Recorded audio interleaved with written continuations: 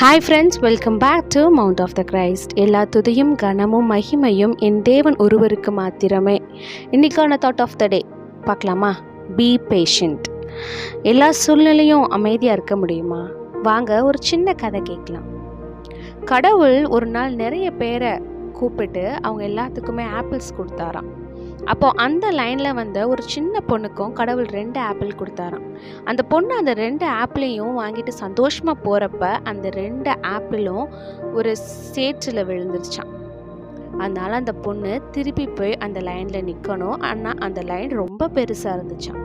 இருந்தாலும் அந்த பொண்ணு பொறுமையாக அந்த லைனில் நின்று ஆப்பிளுக்காக வெயிட் பண்ணிகிட்ருக்கப்போ கடவுள் அவளுக்கு 3 ஆப்பிள் கொடுத்தாராம். அப்போ கடவுள் சொன்னாரா, நான் உன்கிட்ட இருந்து ஒரு விஷயத்தை எடுத்தேன் அப்படின்னா அதை விட பெட்டரான ஒரு விஷயத்த உனக்கு கொடுப்பேன். நீ பண்ண வேண்டிய ஒரே விஷயம் எனக்காக காத்திருக்கணும் பொறுமையா.